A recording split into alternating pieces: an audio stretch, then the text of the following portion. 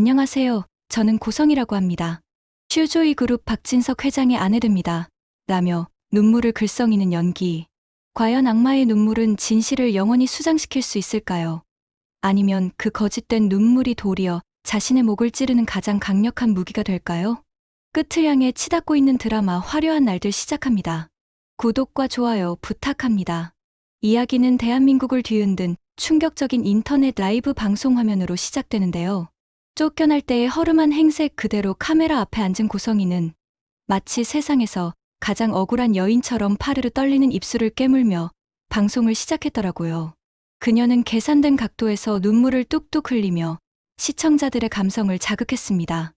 여러분, 저는 재벌가 회장의 아내라는 화려한 껍데기 속에 갇혀 지난 26년간 남편 박진석의 폭언과 외도를 견디며 살아온 그저 힘없는 여자일 뿐입니다. 제가 맨발로 쫓겨난 거 아시나요? 내연녀가 생긴 남편이 평생을 헌신해온 저를 짐짝처럼 내던졌습니다. 이 새빨간 거짓말은 인터넷 회선을 타고 순식간에 전국으로 퍼져나갔고 채팅창은 박진석 회장과 슈조이 그룹을 향한 저주 섞인 비난으로 폭주하기 시작했습니다. 사람들은 재벌 회장의 갑질이라는 프레임에 열광하며 고성이가 연출한 약자 코스프레에 완벽하게 속아 넘어가고 있었던 것이죠. 이 기가 막힌 상황을 전혀 모르고 있던 박진석은 집무실에서 비서실장이 슬그머니 건네준 태블릿 PC에서 고성이의 모습이 보이자 얼굴이 굳어버렸습니다. 인간의 탈을 쓰고 어찌 저렇게까지 뻔뻔할 수 있는지 그 바닥을 알 수 없는 악독함에 치가 떨렸던 겁니다. 박진석은 태블릿 PC를 집어 던지며 고함을 질렀습니다. 저 여자가 감히 나를 파렴치한으로 몰아? 내 아들놈 앞길 막고 제 딸간까지 뺏어판 그 끔찍한 짓을 들켜서 쫓겨난 주제에 박진석은 당장 변호인단을 소집하고 긴급 기자회견을 열었는데요. 하지만 여론은 이미 이성을 잃은 상태였습니다. 박진석은 기자회견장에 서기 전부터 분노에 목이 타들어갔는데요. 하지만 기자회견장에 들어서는 순간 뭔가 잘못되었다는 싸늘한 느낌을 받았습니다. 자신이 진실을 아무리 핏대 세우고 말하려 해도 이미 정답은 정해져 있는 느낌이었거든요. 박진석은 고성이라는 이름을 사랑이라고 믿고 26년을 걸어왔는데 그 사랑이 지금은 대중의 분노를 끌어모으는 가장 강력한 연료가 되어 있었습니다. 박진석은 사실이 아닙니다. 라는 말을 수십 번 머릿속에서 연습했지만 정작 마이크 앞에 서자 그 말이 얼마나 가볍고 무력한지 먼저 깨달았었습니다. 박진석이 입을 열자마자 기자들 중 누군가가 먼저 소리쳤는데요. 회장님, 폭행당한 피해자분께 사과하실 의향은 있으신가요? 라는 질문이었습니다. 박진석은 그 한마디에 심장이 쿵 내려앉았고 자신이 아직 아무 말도 하지 않았는데도 이미 가해자로 확정돼 있다는 현실을 직감했습니다. 박진석은 순간 박성재의 얼굴이 떠올랐습니다. 박성재는 새엄마 고성이에게서 따뜻한 말 한 번 못 듣고 자랐고 웃고 있어도 살얼음이 깔린 사람처럼 조심스럽게 숨을 쉬던 아이였는데요. 박진석은 그 아이의 어깨 위에 평생 얼음을 얹어둔 사람이 바로 자신이라는 걸 이제 와서야 인정할 수밖에 없었습니다. 박진석은 고성이가 저지른 악행을 이제 다 알게 됐지만 그 악행을 세상에 말하는 순간 박진석 역시 왜 26년이라는 긴 세월 동안 정말 아무것도 몰랐다는 게 말이 되냐? 나는 돌을 맞을 게 분명했거든요. 박진석은 그래서 더 입이 무거웠고 그 무거움이 결국 사람들에게는 도망처럼 보였습니다. 박진석의 기자회견은 예상대로 참패였는데요. 박진석이 무슨 말을 하든 사람들은 약한 여인을 짓밟는 포악한 회장이라고만 받아들였고 고성이가 라이브 방송에서 눈물을 닦는 장면이 기사 썸네일을 도배했습니다. 슈조이 그룹의 주가는 장중 내내 내려앉았고 사내 게시판에는 회장님, 진짜였습니까? 와 이런 미친 오너를 같은 익명글이 줄줄이 올라오기 시작했습니다. 박진석은 집무실로 돌아와 문을 닫자마자 의자에 절망과 분노에 주저앉았는데요. 그날 밤 고성이는 자신이 이미 이겼다고 생각했었습니다. 고성이는 좁은 여관방에 앉아도 카메라 앞에만 서면 다시 재벌가 사모님의 표정을 만들 줄 아는 사람이었고 약자 코스프레라는 말이 붙어도 눈물 한 방울로 여론을 되돌리는 데 능숙했는데요. 고성이는 스마트폰을 들여다보며 댓글을 읽었습니다. 고성이 여사님 힘내세요라는 말이 넘쳐났고 박진석은 끝났다는 말이 쏟아졌습니다. 고성이는 그 댓글들을 보면서도 완전히 안심하지는 못했는데요. 고성이는 자신이 가장 무서워하는 게 무엇인지 정확히 알고 있었습니다. 고성이가 지금 현재 두려워하는 건 지은호라는 이름이었습니다. 지은호는 고성이가 버린 딸이고 사망신고까지 당했던 아이이고 한우진의 간 공여자였고 고성이의 계획을 결국 꿰뚫어 본 사람이었거든요. 고성이 거짓말의 가장 중심에 있는 사람. 고성이는 자기가 만든 거짓말이 크면 클수록 그 거짓말을 무너뜨리는 건 단 한 사람의 사실이라는 걸 알고 있었습니다. 지은호에게 수표 한 장을 주며 다시는 근처에 나타나지 말라며 엄포 아닌 엄포를 놓았던 지은호에게 고성이는 맨몸으로 쫓겨나자 스스로 찾아가 2억을 요구했었습니다. 고성이는 2억만 줘. 꼭 해결할 송사가 있어 라고 말하면서도 속으로는 다른 계산을 하고 있었는데요. 고성이가 원하는 건 2억뿐이 아니라 지은호를 다시 자기 소나귀에 묶어두려는 덫이었습니다. 지은호는 2,000원도 주기 싫어요라고 말하며 고성이를 밀어냈고 그 순간 고성이는 확신했었습니다. 지은호는 더 이상 겁먹은 아이가 아니라는 것을요. 그 장면을 떠올릴수록 고성이는 불안했고 그래서 다시 라이브 방송을 켰습니다. 고성이는 안녕하세요. 저는 박진석 회장의 아내 되는 사람입니다라고 말하며 눈물을 글썽였고 그 엔딩은 완벽했습니다. 세상은 약자의 눈물을 좋아했거든요. 그런데 고성이가 모르는 게 하나 있었습니다. 어둠이 깊을수록 별은 더 빛나는 법이죠. 그런 약자의 프레임 같은 거짓말을 가장 싫어하는 사람이 하필이면 20만 구독자를 가진 이수빈이라는 사실이었습니다. 이수빈은 원래 사람을 미워하는데 익숙한 사람이 아니었습니다. 이수빈은 오빠 이지혁을 존경했고 오빠 이지혁의 세상은 늘 정돈돼 있었고 감정에 끌려가기보다 원칙을 지키는 쪽이었거든요. 그런데 이수빈은 고성이의 라이브를 보는 순간 손이 떨렸습니다. 이수빈은 고성이가 눈물을 흘리며 비참했다 라고 말하는 그 입으로 지은호에게는 간을 내놓으라고 협박했었다는 사실을 알고 있었습니다. 이수빈은 그 악랄함이 너무 생생해서 화면 너머로도 역겨움이 올라왔는데요. 이수빈은 이 추악한 쇼를 지켜보며 조용히 칼을 갈기 시작했습니다. 이수빈은 고성이의 라이브 방송을 모니터링하며 헛웃음을 터뜨렸습니다. 와, 진짜 역대급이다. 고성이 씨, 연기 대상감이네? 근데 어쩌지, 번지수를 잘못 찾으셨어. 이수빈은 자신의 오빠 이지혁이 고성이 때문에 얼마나 분노했는지, 그리고 연인 박성재가 그 여자 밑에서 얼마나 숨죽여 살아왔는지를 누구보다 잘 알고 있었으니까요. 이수빈은 즉시 자신의 채널 커뮤니티에 긴급 공지를 띄웠습니다. 오늘 밤 9시 고성이의 가면을 벗겨드립니다. 팩트로만 승부합니다. 라는 짧고 강렬한 예고화면은 순식간에 화제가 되었습니다. 이수빈은 단순히 반박하는 수준을 넘어 고성이가 다시는 제기할 수 없도록 완벽한 사실 확인을 위해 피해자들을 한자리에 모으기 시작했는데요. 드디어 약속한 밤 9시 이수빈의 라이브 방송이 시작되었습니다.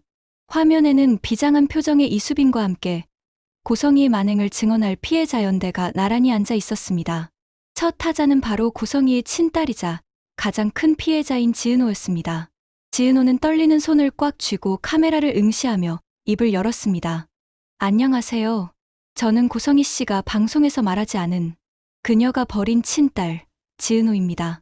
시청자들은 술렁였습니다. 버린 딸. 그게 무슨 소리야? 지은호는 담담하게 하지만 뼈아픈 진실을 토해냈습니다. 저는 고성이 씨의 쌍둥이 딸로 태어났습니다. 저희는 보육원에 버려졌고 5살 때 오빠만 데리고 가서 재혼을 했고 저는 교통사고로 위장에 사망 처리되었습니다. 그리곤 보육원에 불을 질러 저희 흔적을 없앴습니다.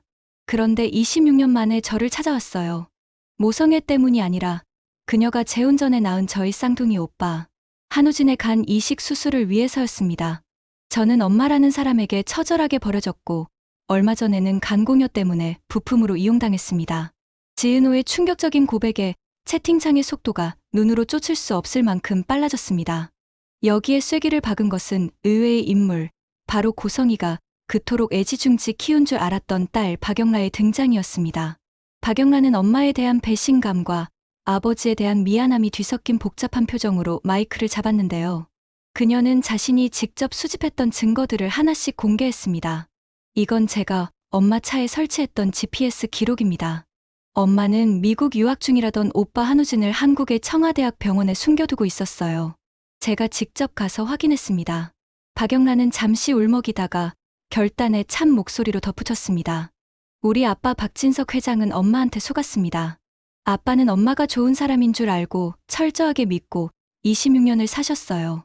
엄마가 쫓겨난 건 외도 때문이 아니라 바로 이 끔찍한 거짓말들이 들통났기 때문입니다. 친딸 박영라의 증언은 고성이가 쌓아 올린 거짓의 성을 단숨에 무너뜨리는 결정타였습니다. 딸이 제 엄마를 고발해야 하는 그 비극적인 상황이 시청자들에게 진실의 무게를 더 크게 느끼게 했던 것이죠. 이어서 박성재가 화면에 나왔습니다. 그는 그동안 감춰왔던 집안에서 고성이의 진실을 털어놓았습니다. 새어머니 고성희 씨는 아버지가 없을 때면 저를 투명인간 취급했습니다. 밥상에서 밥을 먹는 것조차 눈치를 봐야 했습니다. 하지만 저는 아버지가 실망하실까봐, 가정이 깨질까봐 말하지 못했습니다. 박성재의 담담한 고백 뒤로 AP 사무실에서 고성희가 지은호에게 간을 내놓으라며 행패를 부리는 CCTV 영상과 가정부의 녹취록까지 공개되자 여론은 180도 뒤집혔습니다. 와, 고성희 진짜 악마였네. 박진석 회장 불쌍해서 어떡하냐. 지은호 씨 힘내세요. 동정 여론은 이제 고성희가 아닌 그녀에게 철저히 이용당하고 속아온 박진석과 자녀들에게로 향했습니다. 다음 날 고성희 피해자 코스프레 의혹이라는 제목이 뜨고 버린 딸, 사망신고 조작이라는 단어가 포털을 뒤덮었습니다. 이 방송의 파급력은 실로 엄청났습니다. 방송이 끝난 다음 날 아침 바닥을 모르고 곤두박질 치던 슈즈이 그룹의 주가는 기적처럼 반등하기 시작했습니다. 투자자들은 박진석 회장은 피해자다. 오너 리스크가 해소되었다며 매수 버튼을 눌렀고 주가는 상한가를 기록하며 장을 마감했습니다. 그룹은 부도 위기에서 기사회생했고 박진석 회장에 대한 여론은 폭력적인 데다 외도까지 저지른 가장에서 신뢰를 지키려다 상처받은 남자로 바뀌어 있었습니다. 하지만 이 모든 승리에도 불구하고 박진석 회장은 웃을 수가 없었는데요. 그는 텅 빈 거실에 홀로 앉아 방송 다시 보기를 몇 번이고 돌려보며 하염없이 눈물을 흘렸습니다. 화면 속에서 아들 박성재가 아버지가 실망하실까봐 말 못했다. 가정이 깨져서 아버지가 괴로워하실 모습을 볼 수가 없었다. 고말하는 대목에서 박진석은 가슴을 쥐어뜯으며 오열했습니다. 자신이 고성이라는 여자의 화려한 겉모습과 가식적인 내조에 눈이 멀어 정작 목숨보다 귀한 자식들이 지옥불 속에서 타고 있는 것을 26년이나 몰랐다는 자괴감이 그를 짓눌렀던 것입니다. 성재야, 영라야, 우진아, 내가 죄인이다. 내가 눈뜬 장님이었다. 박진석은 이제라도 아버지로서 해야 할 일을 해야겠다고 결심했습니다. 박진석은 가장 먼저 아들 박성재를 찾았습니다.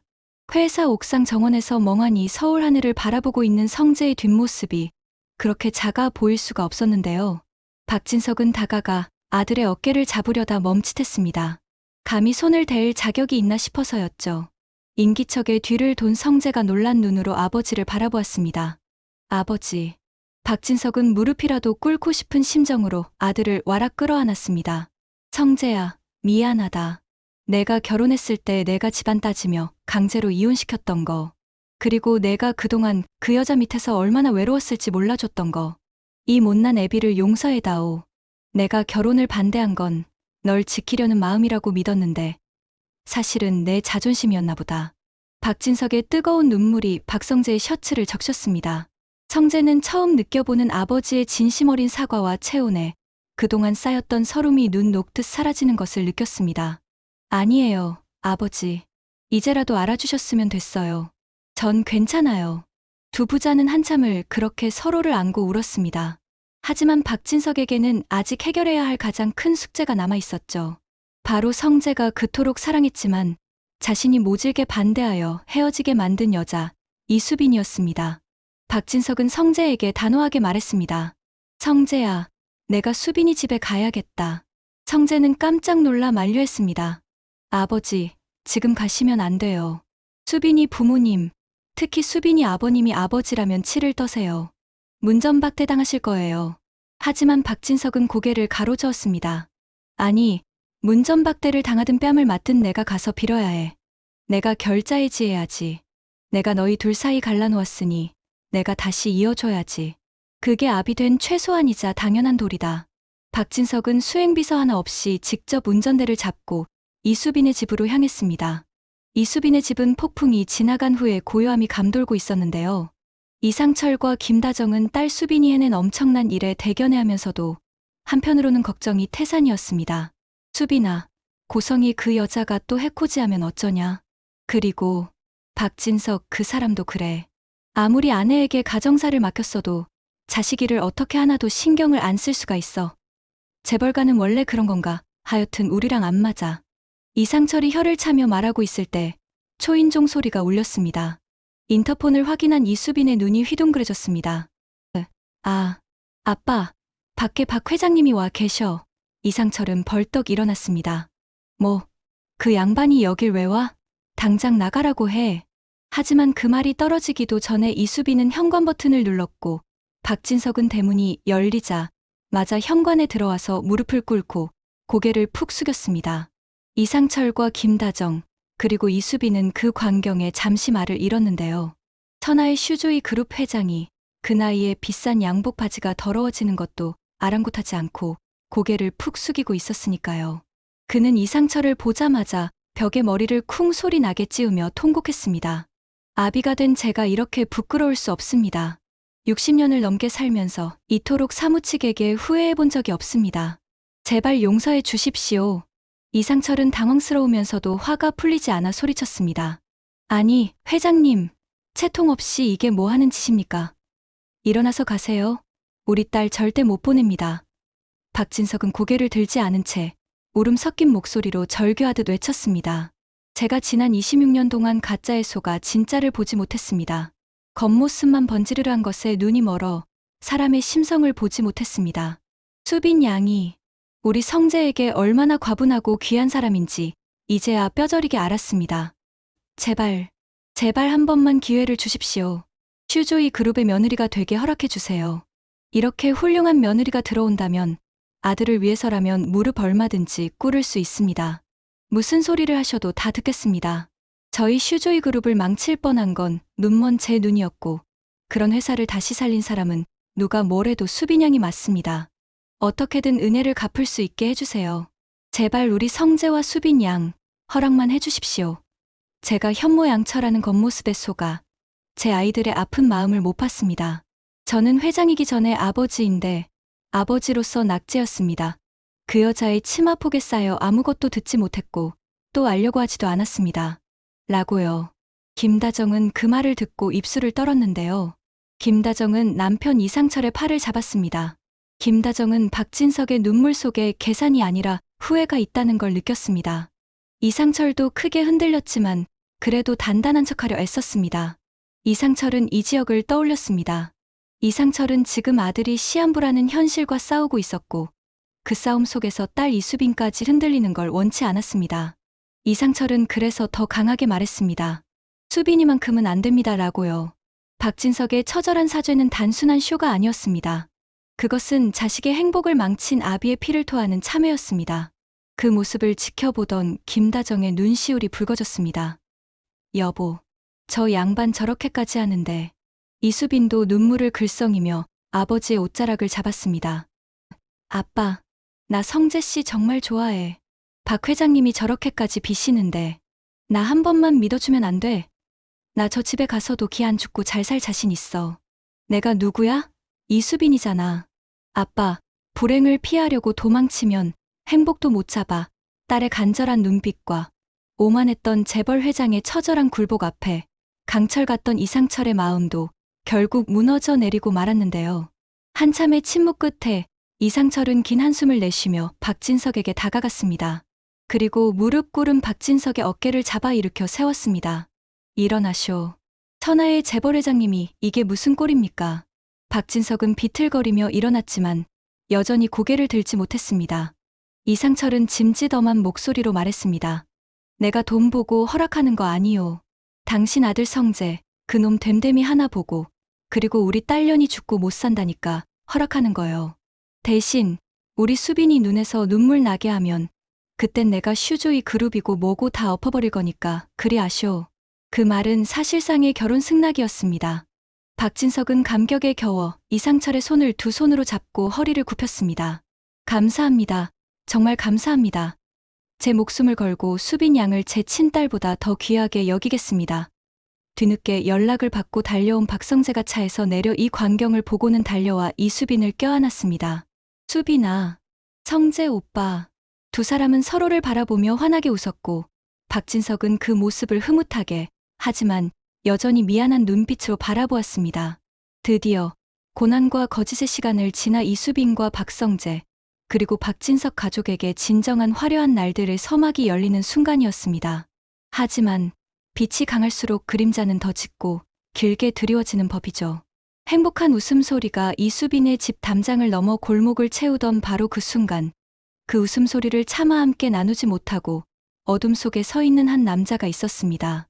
바로 이수빈의 오빠이자 지은호가 그토록 사랑했던 남자. 그러나 이제는 시한부라는 잔인한 운명 앞에 서 있는 이지혁이었는데요. 이지혁은 방금 전 동생의 결혼 승낙이라는 기적 같은 장면을 대문 기둥 뒤에 숨어서 지켜보고 있었습니다.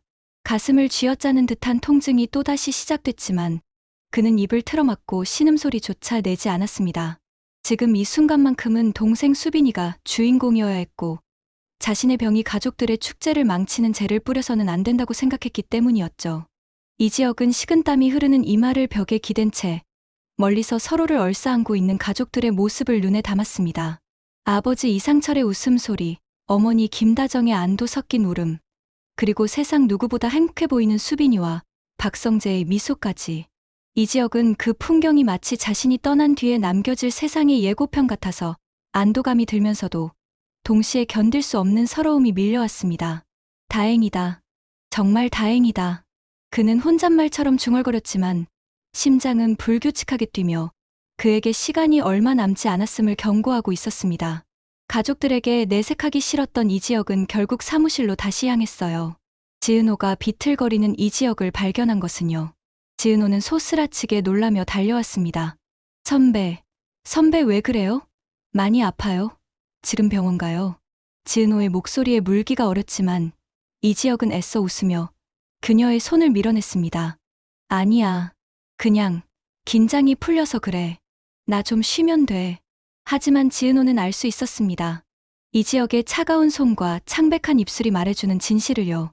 그가 자신을 밀어내는 이유가 사랑이 식어서가 아니라 죽음이 다가오고 있기 때문이라는 사실을 뼈저리게 느끼며 지은호는 그 자리에서 무너져 내릴 듯한 슬픔을 삼켜야만 했습니다. 한편 행복과 슬픔이 교차하는 이수빈의 집과는 전혀 다른 공간에서 또 다른 불길한 불씨가 타오르고 있었는데요. 박진석에게 쫓겨나고 유튜브 여론전에서도 완패한 고성희는 서울 변두리의 허름한 모텔방에서 소주병을 비우며 이를 갈고 있었습니다. 그녀의 눈은 이미 이성을 잃은 맹수처럼 번들거리고 있었는데요. 스마트폰 화면 속에는 행복해하는 박진석과 이수빈 가족의 모습이 담긴 기사 사진이 떠 있었습니다. 고성희는 그 화면을 손톱으로 긁어대며 중얼거렸습니다. 웃어? 그래, 실컷 웃어둬라. 그 웃음이 비명으로 바뀌는 건 순식간이니까. 고성희는 품속에서 꼬깃꼬깃해진 쪽지 한 장을 꺼내 들었습니다. 그것은 지은호가 한우진을 도피시킬 때 은연중 알려준 부산의 간이식 전문병원 명단이었습니다. 우진아, 엄마가 간다. 엄마가 널 왕으로 만들어주려고 했는데 그깟 계집애 하나 때문에 엄마를 배신해. 고성희의 모성에는 이미 집착과 광기로 변질되어 있었습니다. 그녀는 자신이 망가진 원인이 자신의 악행 때문이 아니라 배신한 아들 한우진과 자신을 쫓아낸 박진석 탓이라고 굳게 믿고 있었거든요. 고성희는 주섬주섬 옷을 챙겨 입고 모자를 눌렀었습니다. 그녀의 머릿속에는 단 하나의 계획뿐이었습니다. 잠적한 한우진을 찾아내 그를 다시 조종하고 박진석이 가장 아끼는 것을 부숴버리겠다는 끔찍한 복수극 말이죠. 고성희가 모텔 문을 나서며 지은 섬뜩한 미소는 다가올 파란이 결코 만만치 않을 것임을 예고하고 있었습니다. 다음 날 세상은 온통 슈조이 그룹과 이수빈의 화해 그리고 주가 폭등 이야기로 떠들썩했습니다. 하지만 그 환호성 뒤편에서 이지혁은 병원에서 정밀 검사를 받고 있었는데요. 의사의 표정은 그 어느 때보다 심각했습니다.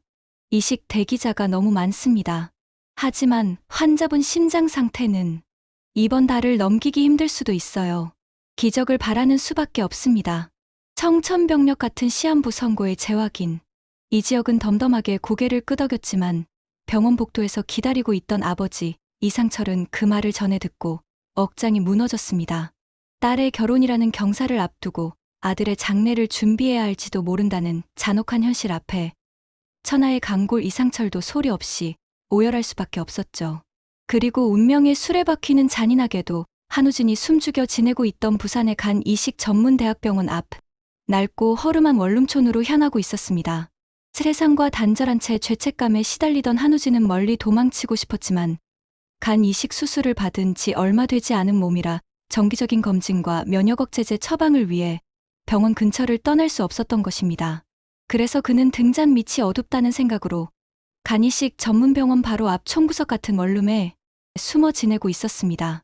한편 고성이는 본능적으로 아들 한우진이 병원 근처에 있을 것이라 직감하고 지난 며칠 밤낮을 미친 사람처럼 헤매고 다녔습니다.